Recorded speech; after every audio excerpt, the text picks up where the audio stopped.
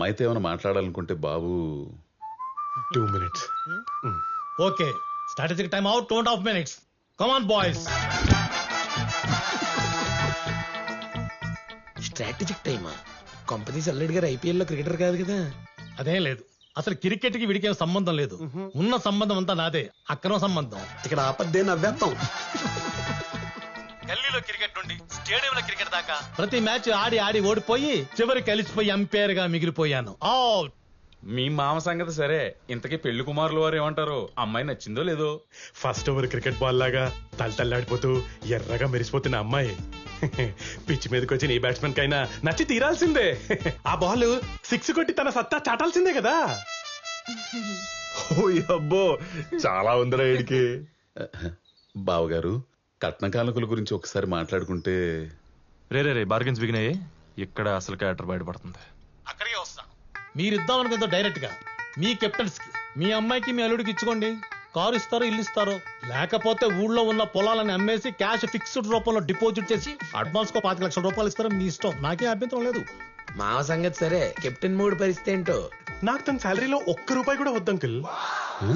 ఎప్పుడైనా హస్బెండ్ కోసం టూర్లు ప్లాన్ చేసినా, ట్రిప్పుల్కి వెళ్దామన్నా, గిఫ్ట్లు కొనిచ్చినా తన సేవింగ్స్ లోంచి తనే తీసివ్వచ్చు. ఆవిడ సరేరా, నువ్వు ఆవిడకేం పెడతావు? ముద్దులు పెడతా, ఫ్రీగా హగ్గులు ఇస్తా, ఎప్పుడైనా వాకింగ్ వెళ్తే తోడెళ్తా. ఓ మై గాడ్, తను నా వైఫ్ అని సొసైటీలో అందరికి చెప్పి గౌరవం పెంచుతా. బేసిక్ గైడ్ పిల్లలకి ఇవ్వకూడదని గట్టిగా ఫిక్స్ అయిపోయాడు. సార్, వీడు మళ్ళీ ఫోన్ చేశాడండి. చేశాడా? ఇప్పుడే అనుకుంటున్నాను, ఏంట్రా ఇంత ప్రశాంతంగా పెళ్లి చూపులు అయిపోతున్నాయని. కోటి వచ్చేసింది. ఇప్పుడు ఏం చేయమంటారు సార్? ఎత్తి మాట్లాడండి. కట్ చేసేస్తాను. కట్ చేస్తే కత్తిచ్చుకొస్తాడు. మీ ఊడు కూడా తీసుకొచ్చాడా? వచ్చాడంటే ఇష్టమా, రాలేదంటే ఇష్టమా? ఏంటి స్వామి ఫజిల్స్ ఆడుకు దొబ్బుతున్నారు? ఏం బావు గారు, కట్న కానుకల విషయమా అలా సైడ్కి వెళ్ళి మాట్లాడుకోండి. మాలాగే డిసైడ్ అయిపోతుంది హ్యాపీగా. మీకు కావాల్సిన స్ట్రాటజిక్ టైం తీసుకోండి.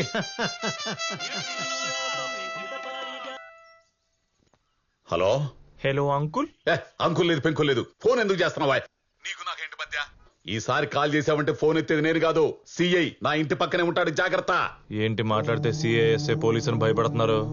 ఒకసారి ఆయనకి ఫోన్ ఇచ్చి చూడండి, అప్పుడు చెప్తా. ఏం చెప్తావా? ఏం చెప్తావు చెప్పు. ఏం చెప్తానా?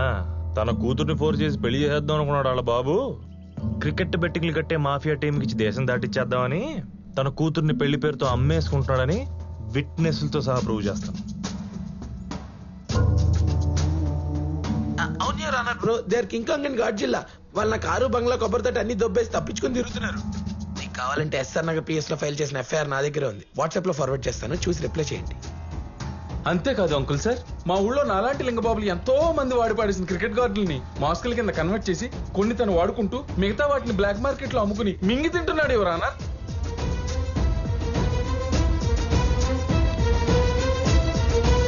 ఇది చాలా ఇంకేమైనా కావాలా మావా బ్రో?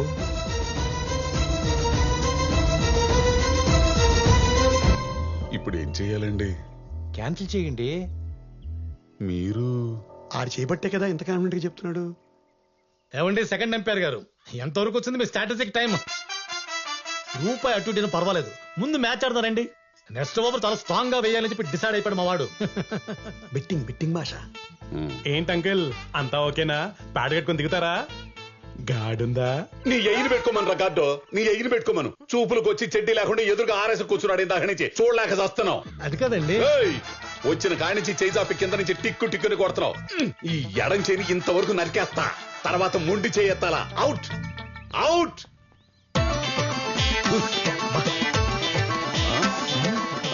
హ్యాపీ.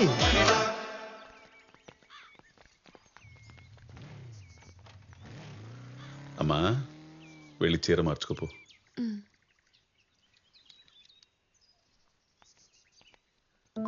తల్లి, సారీ నాన్న, మళ్ళీ నేను ఇలా కూర్చోబెట్టి బాధ పెట్టను, సరేనా?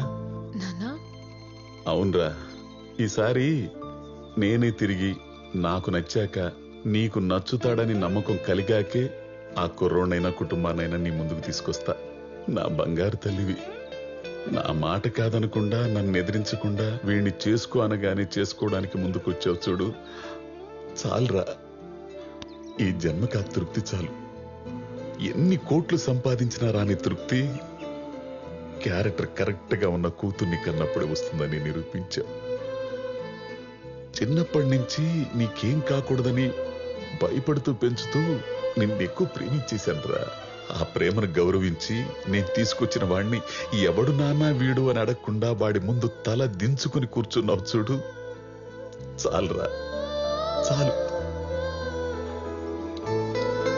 మా అమ్మ ప్రతిబింబంగానే పుట్టిన అమ్మవరా నువ్వు. చచ్చినా నీకు ఏలుటు రానివ్వనమ్మా. నీ కంటి నుంచి కన్నీటి బొట్టుని కింద పడనివ్వని వాడిని నీకు పెళ్లికొడుకుగా తీసుకొస్తా. ఎవరి దగ్గరైతే నువ్వు సంతోషంగా ఉంటావో, ఏ ధైర్యం నీకు తోడుగా ఉంటే నేను భయం లేకుండా ఉంటానో అటువంటి వాడిని అల్లుడిగా తీసుకొస్తానమ్మా. సరేనా నా తల్లి? తీసుకొస్తానమ్మా, తెస్తా, తెచ్చి తీరుతా.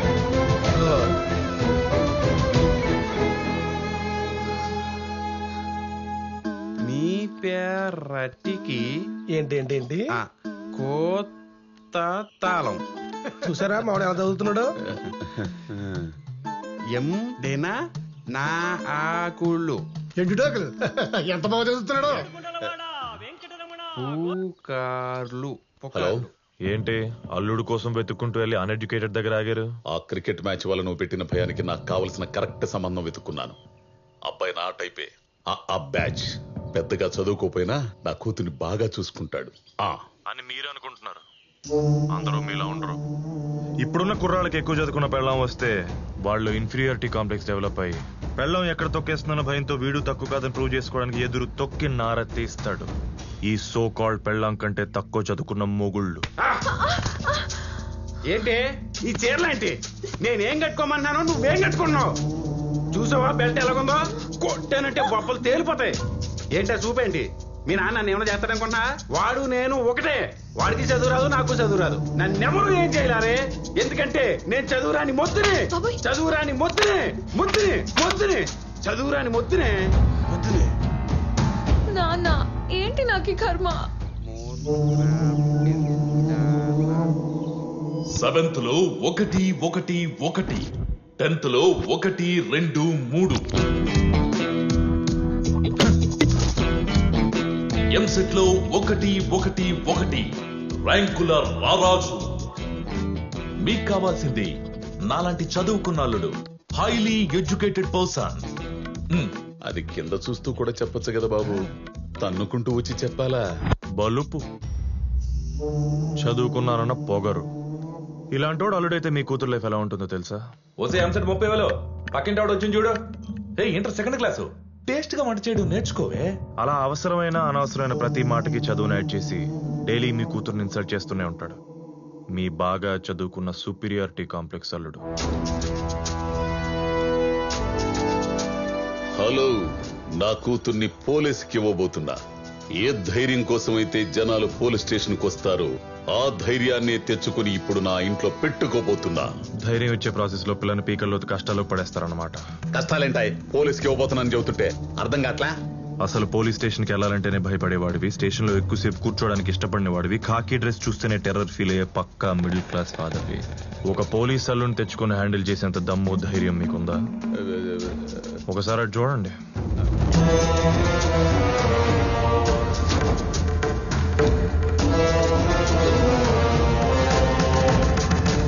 మీ కూతురికి మాత్రమే పంచాల్సిన ప్రేమను ఇలా 10 మందికి ప్రైవేట్ గా పనిచేస్తే ఆపే సత్తా మీలో ఉందా? ఆపడానికి ప్రయత్నిస్తే మీ అల్లుడు కక్ష కట్టి మీ ఇల్లు మొత్తం రాయించుకొని మిమ్మల్ని రోడ్డు మీద పడేస్తే, ఇదే స్టేషన్ లో మీ మీద 3rd డిగ్రీ 4th డిగ్రీ ప్రయోగాలు చేస్తే,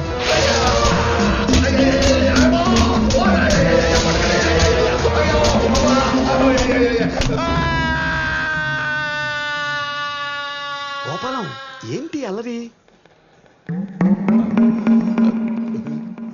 ఏదో సంబంధం గురించి మాట్లాడడానికి వచ్చామన్నారు. అవును బాబు, మా అమ్మాయికి అన్నలేని లోటు తీరుస్తారని అయిపోయిన రాఖీ పండక్కి భోజనానికి పిలుద్దామని వచ్చాను బాబు మిమ్మల్ని. ఎట్టా అయిపోయిన రాఖీ పండగకి ఇప్పుడు పిల్లలకి వచ్చావా? మీరు తప్పనిసరిగా రావాలి. ఓ మొదటి తిని మమ్మల్ని అందరినీ ఆశీర్వదించ తపన తపన పాండ్ర తండ్ర నేను లేండి వెళ్దాం. ఉంటానయ్యా. మీరేదో బొమ్మరలో ఫాదర్ అనుకున్నాను గానీ ఒక్కళ్ళో విలన్. కూతురు మీద ప్రేమ నటిస్తూనే పగ తీర్చుకుంటున్నారు కదా. నా కూతురు మీద నాకు పగేంటయ్యా? మరి మీరు చూసే సంబంధాలు చేసే పనులు అలాగే ఉన్నాయి. ప్రేమించినోడికిచ్చి పెళ్లి చేయకుండా సాఫ్ట్వేర్ తప్పించి మిగతా అన్ని రంగాల్లో పెద్ద తురుంగాళ్ళు ఉన్నట్టు ఒక అగరబత్తి సంచేసుకుని 3 ముక్కలు వేసుకుని తిరుగుతున్నారు. ఒకటి గుర్తుపెట్టుకోండి అంకుల్, మీరు నా మీద కోపంతో చూసే ఆప్షన్స్ నాకంటే బెస్ట్ ఏం కాదు. మీకున్న భయానికి పుచ్చులో బెస్ట్ ఎత్తుకుంటూ వెళ్ళి అల్లుడిని కొందాం అనుకుంటే మీ చేతిలో ఉన్న డబ్బులకు మీ లైఫ్ సరిపోదు. పోనీ మీ కూతురు చూస్ చేసుకుందాం అనుకుంటే తను కూడా నాతో 3 years రిలేషన్షిప్ లో ఉంది. మీరు పొరపాటుని విషయం దాచేసి ఎవడో ఎర్రి పుష్పం చేతిలో తన్ని పెడితే వాడు ఏదో ఒక రోజు మా ప్రేమ కథా చిత్రం తెలుసుకుని తన్ని బయటికి తోసేస్తాడు, చేతిలో ఒక బిడ్డని పెట్టి. అప్పుడు మీకు వచ్చే ఏడుపు లైఫ్ లాంగ్ ఉంటుంది అంకల్. అందుకే చెప్తున్నాను, మీ టెంపరీ ఆనందం కోసం మీకు నచ్చినోని తీసుకొచ్చి తనకు పెళ్లి చేసి లైఫ్ నాశనం చేస్తారు, లేదంటే పర్మనెంట్ హ్యాపీనెస్ కోసం ఇప్పుడు టెంపరీగా బాధపడి మా ఇద్దరు పెళ్లి చేస్తారు. నీ ఇష్టం.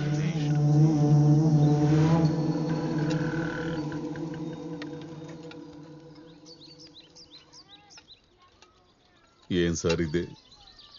ఒక మిడిల్ క్లాస్ ఫాదరు తనకు ధైర్యాన్ని ఇచ్చేవాడిని అల్లుడిగా తెచ్చుకోలేడా? ఎవడు బడితే ఆడికి ఇచ్చి పెళ్లి చేసేసి తన కూతురు లైఫ్ ఏమైపోతుందో అని జీవితాంతం భయపడుతూ బతకాల్సిందేనా? తప్పదు గోపాలం గారు, నేను ఈ టార్చర్ భరించలేకే ఇదిగో ఈ శానిటైజర్ తాగి సూసైడ్ చేసుకుందాం అనుకున్నాను. కోటి, నీకు అసలు బుద్ధుందా? ఆయన పరిస్థితి ఏంటి, నీ మాటలేంటి? జరిగినవన్నీ చెప్పి భయపెట్టేస్తావా? నీకు గుర్తుందా ఆ రోజు మీ అమ్మాయి పెళ్లి చూపుల తర్వాత ఇలాగే టీ స్టాల్ దగ్గరకు వచ్చి కూర్చున్నావు. మాట్లాడుతూ హర్ట్ అయ్యి హార్ట్ అట్టు పడిపోయావు. ఆ టైంకి అంబులెన్స్ వచ్చింది కాబట్టి బతికిపోయావు.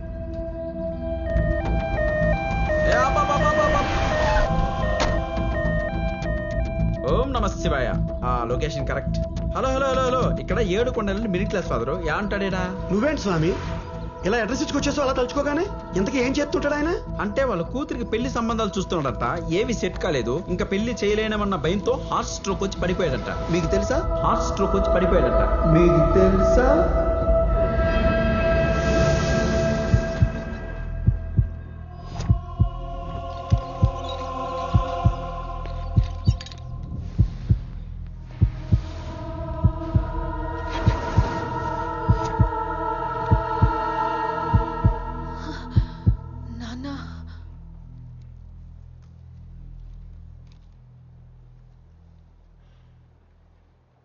చాలా కష్టం అంటారు అనుకుంటానమ్మా. అసలు ఇది ఎలా జరిగింది? ఎలా ఏంటమ్మా, వాడే నిన్ను ప్రేమించిన ఆ ఎదవ. వాడు పెట్టిన భయానికే పొద్దున్నుంచి ఫోన్లు కొట్టి వచ్చిన సంబంధాలను చెడగొట్టి మాటలతో హింసించేశాడు. ఇలా ప్రాణాల మీద తీసుకొచ్చాడు. చూసావా, నీ ప్రేమ నీ తండ్రినే చంపేస్తుంది. అందుకే మేము నెత్తి నోరు కొట్టుకుని చెప్పేది, ఇలాంటి పోరంపోకు ఎదవల్ని ప్రేమించి మా ప్రాణాల మీద తీసుకురావద్దని. మీరు వింటేగా అంతా మా కర్మమ్మా, మా కర్మ.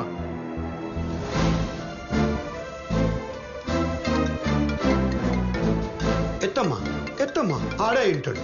ఆడి ప్రేమకి పెళ్లికి ఏ అడ్డు లేదని ఎదవ కాన్ఫిడెన్స్ తో నేను ఎత్తుక్కుంటూ వచ్చి ఉంటాడు. వెళ్ళమ్మా, మీ నాన్న తీసుకెళ్ళి, నాన్న నేను హత్య చేసినోడితో నేను ఏడాడు నడవబోతున్నానని గర్వంగా చెప్పేసి మీ నాన్న పూర్తిగా చంపేశాయి. ఇదిగో కొంచెం కొనూపు ఉండిపోయింది అనుకో, పక్కనే పిల్లు ఉంటుంది, అటు ఇటు చూసి నువ్వు వాడు కలిసి నొక్కి చంపేయండి, దరిద్రం వదిలిపోద్ది. వెళ్ళమ్మా, వెళ్ళు.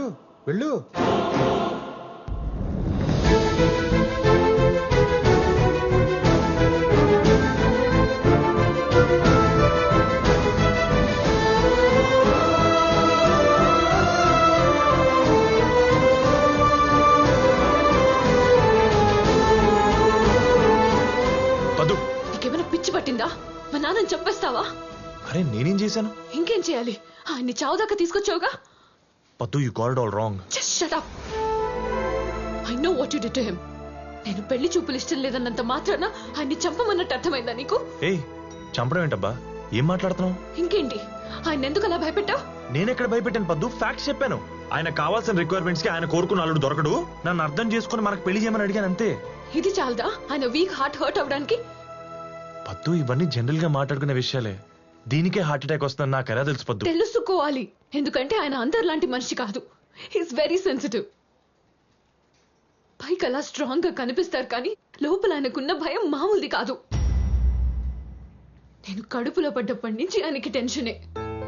ఆడపిల్ల పుడితే ఎలా పెంచాలా అని, అమ్మ డెలివరీకి వస్తే బిడ్డ తల్లి సేఫ్ గా ఉంటారా అని, స్కూల్ కి వెళ్తే టీచర్స్ సరిగ్గా చెప్తారో లేదో అని, మావయ్య ఇంట్లో ఉంటే చైల్డ్ అబ్యూస్ చేస్తాడేమో అని.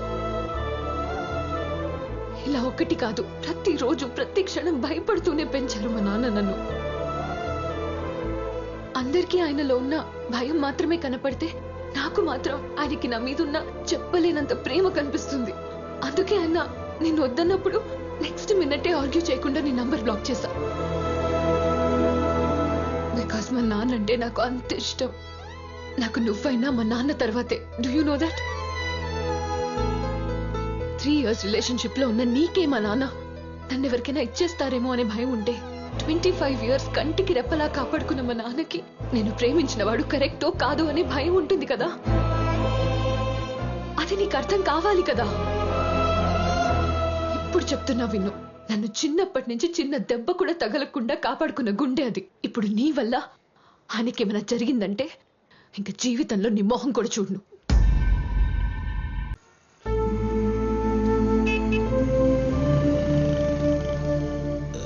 బావా cheers. బావా cheers.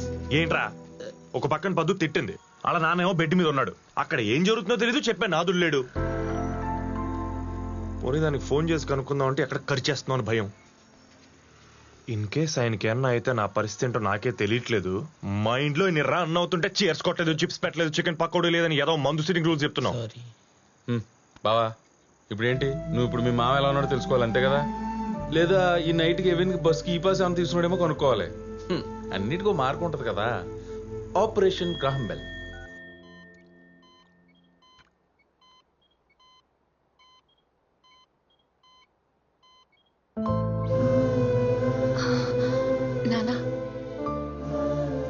నానా మీకేం కాలేదు, జస్ట్ హార్ట్ వాల్వ్ బ్లాక్ అయితే స్టెంట్ వేశారు అంతే. 2 days లో ఇంటికి వెళ్ళిపోవచ్చు అన్నారు. అవునండి, యాస్టీజ్గా మీరు మళ్ళీ నా వంటలు తినొచ్చు. మీకోసం కొత్త వంటలు కూడా నేర్చుకున్నాను. ఇంకా ప్రయోగాలు మీ మీదే. అమ్మ బయటపడ్డారు కాబట్టి వంటలు ప్రయోగాలు అంటున్నారు. ఒకవేళ పోయి ఉంటే కర్రీ పాయింట్ పెట్టుకోవాల్సి వచ్చేది.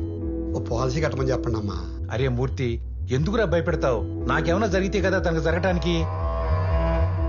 ఈ స్టంట్ వల్ల నాకు క్లారిటీ వచ్చింది. మా ఇద్దరివి సేమ్ జాతకాలని. నా జీవితంలో 4 రోజులు ముందు జరిగింది, తన జీవితంలో 4 రోజుల తర్వాత జరుగుతుంది. నాకు తెలిసి మా చావు కూడా 1 నెల అటిటే. ముందు నేను పోతాను, 1 నెల తర్వాత తను పోతాడు, గ్యారెంటీ. అంకుల్, ఇప్పుడు అలాంటి నెగటివ్ మాటలు అవసరమా చెప్పండి మీకు?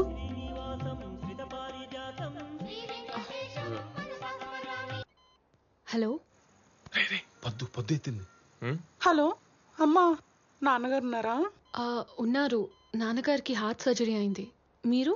నేను ఆయన రహస్య స్నేహితురాలమ్మా, అప్పడాల విజయలక్ష్మిని. నీకు పిన్నినవుతాలే. ఇప్పుడు ఎలా ఉంది నా గుండె? ఆయన గుండె బాగానే ఉన్నారు, స్టెంట్ వేశారు అంతే. ఓహో పోనీలేమ్మా, నేను మొక్కుకున్న మొక్కులు వృధా కాలేదన్నమాట. మనిషి లేచొచ్చాడన్నమాట. అబ్సల్యూట్లీ.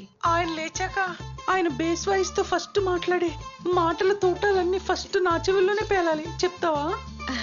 అలాగే. ఏమండి,